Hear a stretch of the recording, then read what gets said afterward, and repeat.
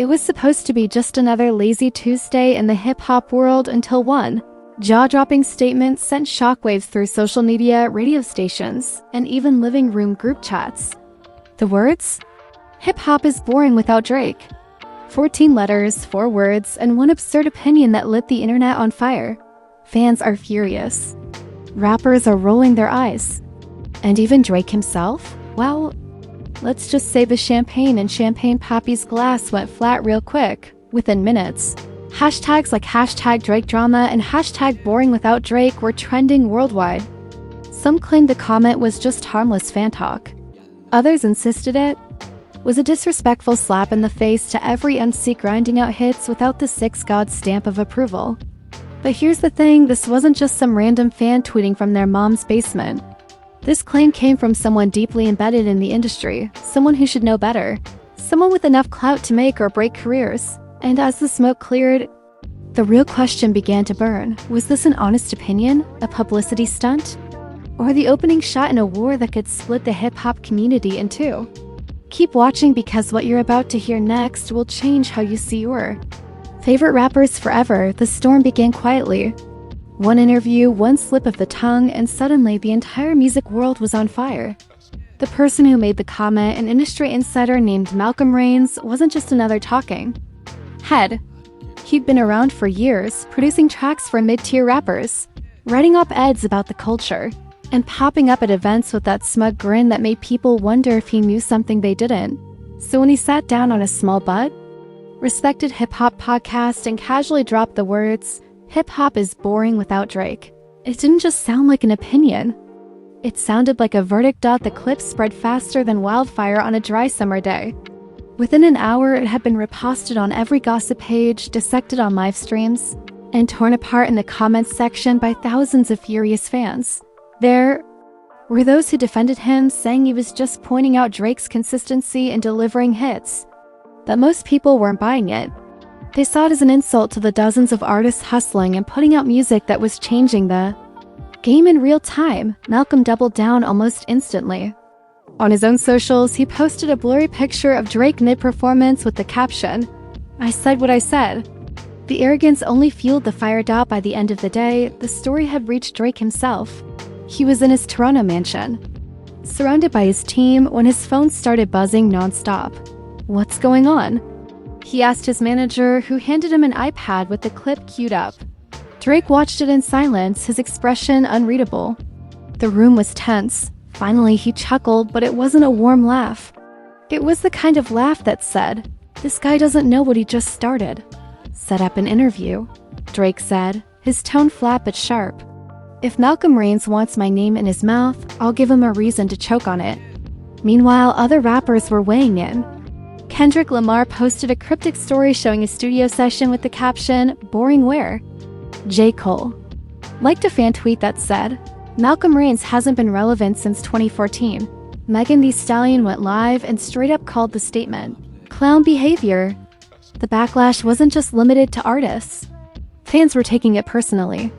For them, hip-hop was bigger than one artist, even if that artist happened to be Drake. "This is like saying basketball is boring without LeBron," one fan tweeted. "It's disrespectful to everyone else who's out here winning games." Another fan posted a video rant in their car, pointing out that just in the last year, there had been groundbreaking albums from underground and mainstream artists alike, but Malcolm wasn't backing down. In fact, he seemed to thrive off the chaos. The more people dragged him online, the more interviews he agreed to. In one particularly heated radio appearance, the host asked him if he regretted his comment. Malcolm smirked and said, "Look, I'm not saying no one else is talented. I'm saying Drake is the only one who can keep the whole scene interesting. Without him, it's just noise." The comment was gasoline on an already raging fire. The next morning, a video surfaced of a group of fans confronting Malcolm outside a cafe in Los Angeles. They weren't violent, but their voices were loud and their words cut deep. "You don't know what you're talking about." One yelled, "You're a sellout."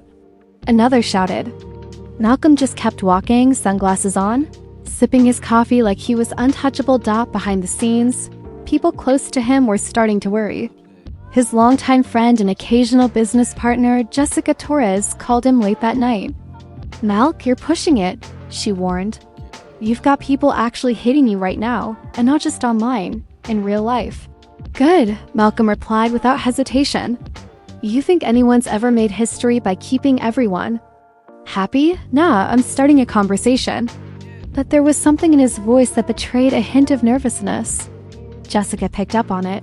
Be careful, she said softly. You're not as bulletproof as you think. The next day, a new twist hit the story. A leaked DM showed that just months earlier, Malcolm had privately pitched a collaboration idea to Drake's team and been politely turned down. Now people were wondering, was his hip-hop is boring without Drake statement really about the culture, or was it personal? Drake's fans had a field day with this. Memes flooded the timeline, painting Malcolm as a bitter reject trying to stir up controversy because he couldn't get his big break. Plot twist, he's just mad Drake ghosted him. One post read when confronted with the leak during Yet another podcast appearance, Malcolm tried to play it off. Yeah, I reached out, he admitted. And yeah, they passed. But that has nothing to do with what I said. The truth is still the truth. By now, every entertainment outlet was covering the drama. Analysts were breaking down streaming numbers, trying to prove or disprove Malcolm's point. One viral video compared Drake's chart performance to other artists in the last 2 years. And while it showed Drake was undeniably dominant, it also proved that plenty of others were thriving without him, but facts didn't matter anymore. Feelings did. And the feeling across the culture was clear. Malcolm Reigns had crossed a line as the week went on. Tensions rose to a boiling point. Drake's long-awaited interview was scheduled for Friday night, and the hype was ridiculous. Fans were camping out online, speculating on what he would say. Would he ignore Malcolm? Clap back? Drop a surprise track? Malcolm, on the other hand, was acting as if he'd already won. He started posting cryptic quotes like "Truth hurts" and "Legends only" on his Instagram. But people close to him could see the cracks forming. In private, he was pacing more, checking his phone obsessively and snapping at small inconveniences. Day before Drake's interview, Jessica called him again.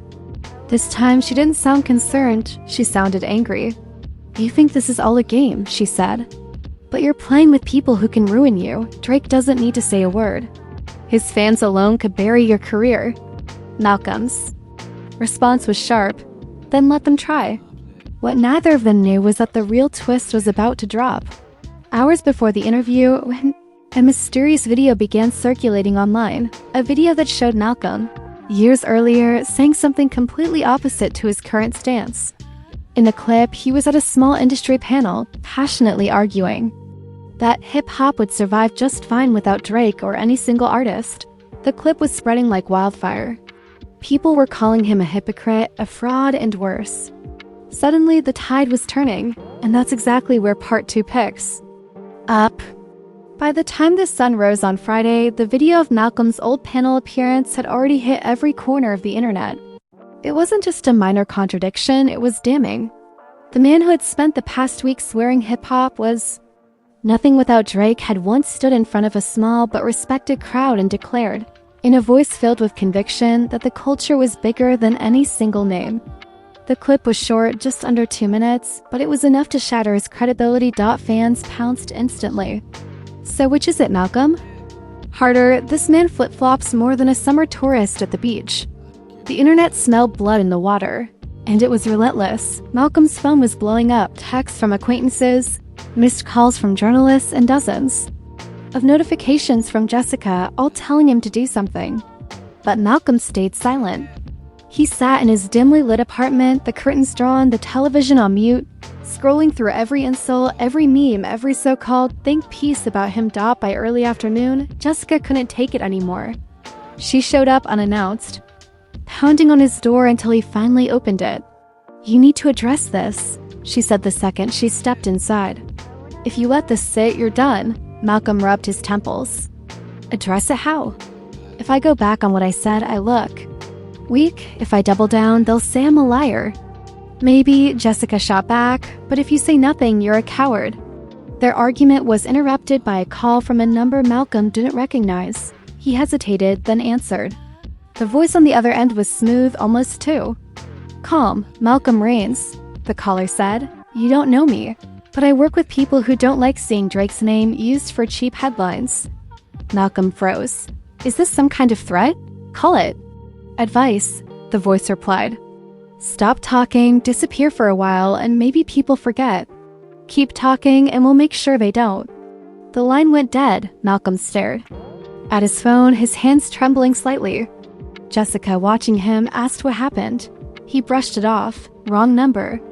But she didn't buy a doubt. Later that evening, just hours before Drake's big interview, a new wave of chaos hit. An anonymous Instagram account began posting alleged screenshots of Malcolm's private messages, conversations where he trashed other major artists, mocked fans, and even hinted at ghostwriting rumors about certain rappers. The authenticity of the screenshots couldn't be verified, but that didn't matter. The internet ran with it. Meanwhile, Drake's camp stayed completely silent. No posts, no teasers, no leaks about what he might say. The silence only built more suspense. It felt like the entire hip-hop world was holding its breath, waiting for the moment Drake would finally speak back at his apartment. Malcolm poured himself a drink and tried to convince himself he was ready. He's just another man, he muttered. He's not a god. He can't destroy me. But deep down, a knot of dread had taken root in his chest. At exactly 8 p.m., the interview began streaming live.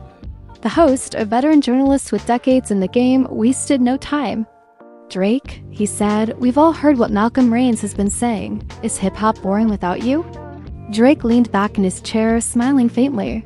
I mean, it's flattering, right? Somebody thinks the whole culture revolves around me, but nah, man. Hip-hop is bigger than me, bigger than any one person. The host raised an eyebrow. So no hard feelings? Drake's smile widened, but his eyes stayed cold. No hard feelings. But if you're gonna use my name to stay relevant, just know I might use yours to make a point. We'll see who comes out looking better. It was a masterclass in subtle shade. Within minutes, clips of Drake's response were everywhere. People were praising him for being gracious, while others noted the quiet menace in his tone. Malcolm, watching from his couch, felt the walls closing in. Drake hadn't insulted him outright, but he didn't need to. The implication was clear. This wasn't over. Then, in a move nobody expected, Drake ended the interview by announcing a surprise drop. A diss track set to release at midnight. Fans lost their minds. Twitter exploded. Instagram went into meltdown mode, and Malcolm? His hands were shaking too much to finish his drink. As the clock ticked toward midnight, the tension was unbearable. Jessica called him one last time. Listen to me, she said urgently. If that track drops, you need to respond instantly. Even if it's just a statement, you can't stay quiet. Malcolm didn't answer right away. His mind was racing with possibilities: deny, deflect, fight back, or disappear entirely. He finally whispered, what if it's worse than I think? Jessica paused. Then you're in deeper than either of us realized. And as the first notes of Drake's midnight drop began echoing through the internet, Malcolm knew the night was about to change everything. Part 3 picks up exactly here. The track hit like a meteor. No intro, no build-up, just Drake's voice, sharp and deliberate, cutting straight through the beat. From the very first line, it was obvious this wasn't a playful jab. This was precision warfare. He never said Malcolm's full name, but there were enough pointed references that nobody could mistake who he was talking about. Funny how you beg for a seat at the table, then flip the whole table when you ain't able. It was smooth, almost calm, but the delivery carried a weight that made each bar feel heavier. He referenced the leaked DMS, the hypocrisy video, and even slipped in a sly mention of Malcolm's rejected collab pitch. It was like Drake had read every meme, every insult, every rumor, and wrapped it all into a 3-minute masterstroke designed to live forever on the internet. By 12:15, the song had already been streamed millions of times. By 12:30, reaction videos were flooding YouTube. Fans were dissecting every lyric, pointing out double meanings, and laughing at the moments where Drake's wordplay felt like a direct punch to Malcolm's pride. Malcolm sat frozen in his apartment, the track blaring through his speakers. He tried to tell himself it wasn't that bad, that maybe people would see it as just entertainment. But then his phone lit up with a text from a fellow producer. Bro, you're done. Jessica showed up again at 1 a.m., pounding on his door like the world was ending. We need to move fast, she said as soon as he let her in. You can't just sit here and let him write the ending to your story. Malcolm poured another drink, his eyes bloodshot. What do you want me to do, Jess? Drop my own diss track? Go on live and cry about it? He's Drake. Nobody's gonna side with me. That's not true, she said, her voice firm. People love an underdog. But you have to make them believe you're fighting for something real, not just their ego. They argued for nearly an hour, going in circles until Jessica finally slammed her hands on the table. You started this. Now you either finish it, or you accept that your career just became a footnote in Drake's Wikipedia page. Before Malcolm could respond, his phone buzzed again, this time with an unknown number and a short message. You should have listened to the warning. He stared. At the screen, the words sinking in like ice water. By morning, the fallout was in full swing. News sites ran headlines like Drake buries Malcolm Reigns a new track and hip-hop's fastest career implosion. Memes were ruthless, showing Malcolm photoshopped into gravestones, garbage cans, and even standing outside Drake's mansion holding a "will work for relevance" sign. Still, there was a strange shift in the narrative. A small but vocal group of fans began to feel like Drake had gone too hard on someone who, in the grand scheme of things, wasn't a threat. A trending hashtag emerged, #LeaveMalcolmAlone, and while it was mostly ironic at first, it started gaining genuine support. Sensing an opportunity, Jessica pushed Malcolm to act. This is your moment. Go live, tell your side. Make it about the culture, not just you. So reluctantly, Malcolm went live on Instagram that afternoon. His face was drawn, his voice slightly shaky, but he leaned into the vulnerability. Look, I know I said something that upset a lot of people, he began. And yeah, maybe I didn't phrase it right, but I love hip-hop. I've given my life to it. I wasn't trying to disrespect anybody, least of all Drake. The comments were a mix of mockery and sympathy. Some people accused him of backtracking, others said he sounded sincere. Halfway through, a viewer pointed out that Drake himself had just joined the live, silently watching without commenting. The tension was unbearable. Malcolm kept talking, pretending not to notice, but his eyes flickered toward the viewer count every few seconds. Then, in a move nobody expected, Drake finally typed a comment. Cool speech. Still boring without me. Though, and just like that, he left out. The live exploded with chaos. Fans laughed, others cringed, and Malcolm, well, his face said everything. The man looked gutted. After ending the stream, he sat in silence for a long time. Jessica, trying to comfort him, said, "It's not over. We can still spin this." But before she could outline a plan, another twist landed like a bomb, a leaked audio clip of a private phone call between Malcolm and an unknown associate. In it, Malcolm could be heard saying, "If I keep poking him, maybe he'll put me in a song. That's all I need to blow up." The clip spread instantly, and this time there was no room for sympathy. The underdog narrative collapsed. People weren't seeing him as a victim anymore, they saw him as a manipulator, who got exactly what he wanted and still lost. Jessica threw her hands up in frustration. Do you even realize how bad this looks? You basically admitted you started this for clout. Malcolm's voice was barely above a whisper. I didn't think it would get this far. But it had. And as the hate poured in from every direction, he began to wonder if maybe the voice on that warning call had been right all along. Still, he wasn't ready to disappear, not yet. Because the next move he was about to make would be the riskiest. One of his entire career. And that's exactly where part 4 begins. Malcolm's riskiest move came less than 48 hours later, when everyone assumed he'd gone into hiding. Instead, he announced on his socials that he would be premiering a brand new track live on YouTube, a direct response to Drake. No interviews, no apologies, no more long-winded explanations. Just music. The announcement alone set off a frenzy. Some thought he was delusional for going head-to-head with one of the most commercially successful rappers in history. Others tuned in purely for the spectacle, expecting it to be a disaster. By the time the countdown hit 0, over 300,000 people were watching the livestream. The screen went black, and then Malcolm's voice cut in over a slow, moody beat.